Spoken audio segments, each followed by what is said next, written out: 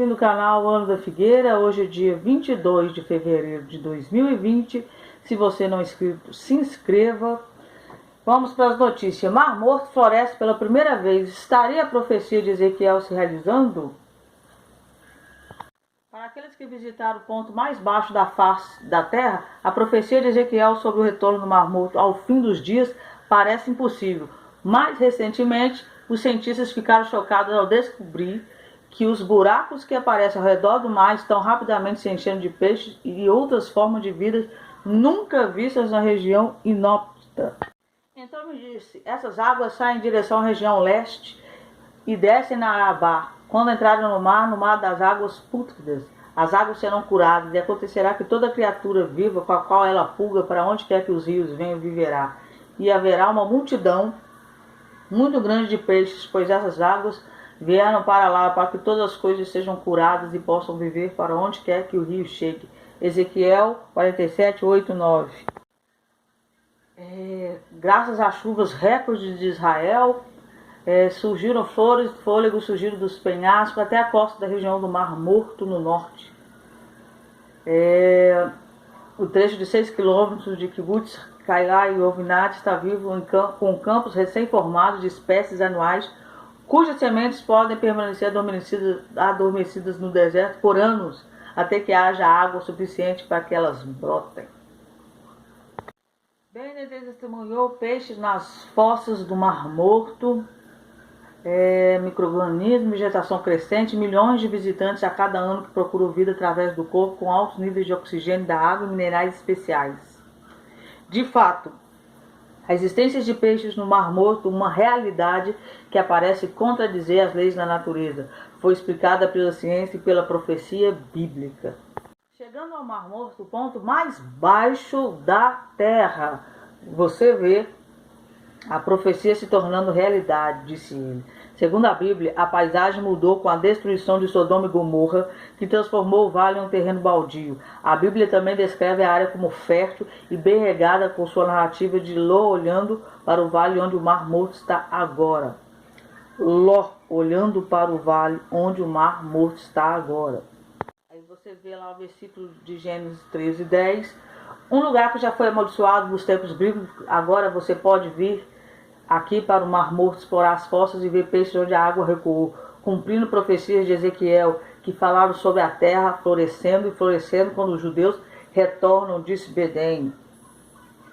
Ele cita lá em cima Levítico 26, 32. Tornarei a terra desolada para que seus inimigos se instalem nele e fiquem horrorizados. Com isso implica que ao longo dos tempos, não importa quantos impérios estrangeiros ocupem Israel, a terra não cooperará para produzir sua recompensa. Diz um estudo lá em Israel que Israel, quando era ocupada por outros povos, não produzia, era um deserto seco, não produzia.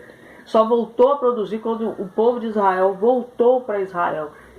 E aí você vê acontecendo o Mar Morto transbordando, profecias de Ezequiel acontecendo, profecias acontecendo o tempo inteiro.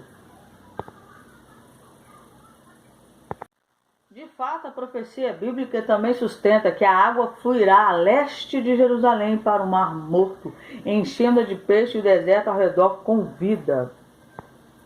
Ele cita Ezequiel 47, 8 e 9. A maldição acabou e este lugar e seus minerais estão trazendo vida às pessoas em todo o mundo.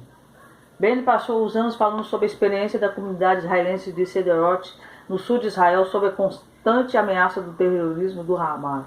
Agora ele está usando a história do Mar Morto, tesouros da água e belas complexidades para inspirar a próxima geração sobre Israel. A moeda de hortelã do Sinédrio para a batalha do exército da luz contra o exército das trevas. Em preparação para o próximo feriado de Purim, judeus de todo o mundo lerão a seção da Torá que descreve a entrega da moeda de prata santificada de meio ciclo ao tabernáculo. O mês hebraico de Adar começará na próxima terça-feira à noite. Desde o templo do tabernáculo até bem após a destruição do templo, todo homem judeu era obrigado a dar meio peso de prata a meio ciclo aproximadamente 8 gramas de prata, como imposto obrigatório para apoiar o templo. É isso que todo mundo que entra nos registros pagará, meio shekel, pelo peso do santuário, 20 gera para shekel, um meio shekel como oferta a Hashem. Êxodo 33, a moeda de Israel é shekel. Esse dinheiro foi usado para operar o templo, fazendo com que os animais comprassem um sacrifício comunitário. Cada homem era obrigado a dar a mesma quantia, independente de sua condição econômica, com a coleta iniciando no primeiro dia do mês de Adar. As moedas, uma vez depositadas no pátio do templo, eram Hedesh, santificadas, e não podiam ser usadas para nenhum outro propósito. O meio shekel era um imposto destinado a ser usado para uma finalidade específica, explicou o rabino Hillel Reis, porta-voz do Sinédrio, ao Break Israel News. Como tal, era dinâmico e não simplesmente armazenado. À medida que os preparativos para o templo avançam, a necessidade desse imposto está ressurgindo. Importante ver esse pedaço. Os preparativos para o templo avançam. E a necessidade desse imposto está ressurgindo. Sem o meio shekel, agora não pode haver terceiro templo. É nesse sentido que o Sinédrio cunhou uma moeda especificamente para a era atual. Mordecai Persov, que criou o Centro Educacional Midrash, uma organização sem fins lucrativos para a educação sobre o templo, está comercializando a moeda. Estamos cunhando uma série de moedas para refletir um processo profético que está se desenrolando agora. Assim como Ciro abriu o caminho que permitiu aos judeus construir o segundo templo, o presidente Trump iniciou um processo semelhante.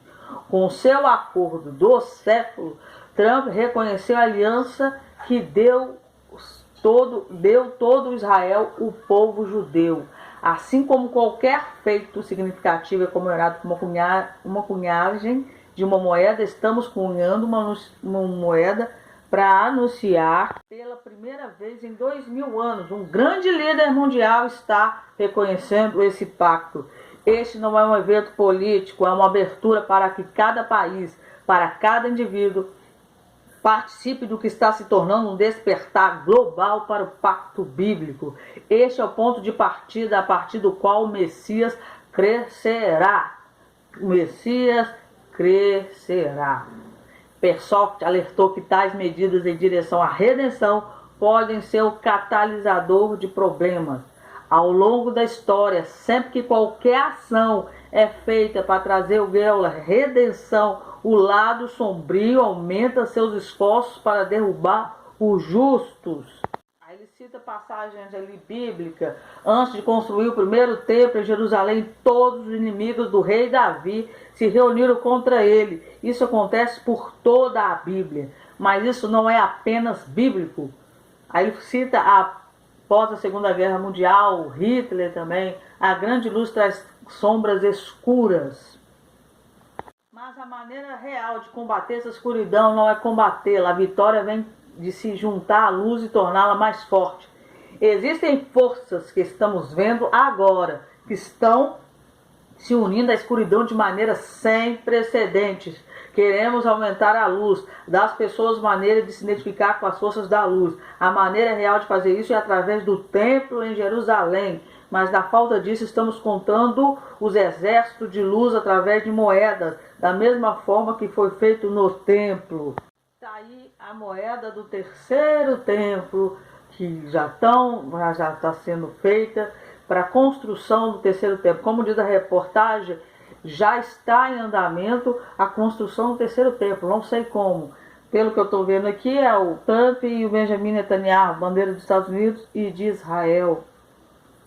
E aí está a moeda acho que foi do segundo templo, do Ciro, né? Cyrus, rei Ciro, Isaías 45. E aí ele fala que infelizmente essa popularidade teve um preço. Algumas pessoas começaram a vender versões falsificadas da moeda.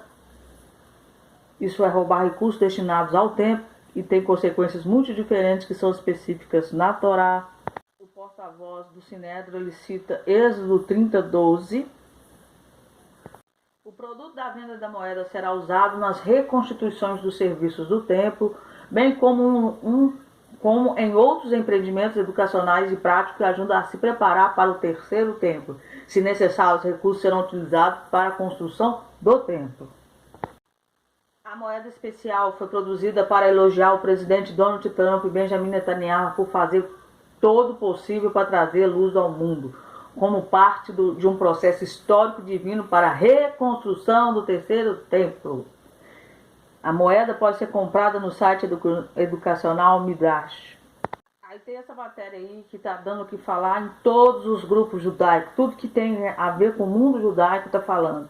A tumba milenar de Esther e Mordecai no Irã será transformada em um consulado palestino. O grupo religioso dos Estados Unidos critica o Irã por ameaças à tumba de Esther e Mordecai. A Comissão de Liberdade Religiosa dos Estados Unidos condenou o regime iraniano na quarta-feira por suas ameaças de arrasar a tumba de Esther e Mordecai no Ramadã.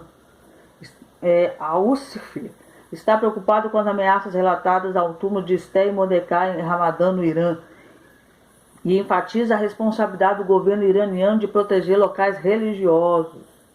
Você vai vendo a matéria aí, está falando que o Irã está querendo destruir a tumba de Esther e Mordecai para construir o consulado palestino em resposta ao acordo do século. E essa não é a primeira vez que a ameaça do tipo é voltada ao local sagrado. Então é isso. O Irã está atiçando uma guerra ferrenha com Israel se destruir essas tumbas. Essas aí são as imagens da Jardim de Haifa. Se você for a Israel um dia, é interessante você ir nesse lugar, é maravilhoso. Então as notícias que eu tenho para vocês foram essas. Que Deus abençoe vocês. Tenham um feliz sábado, um feliz domingo.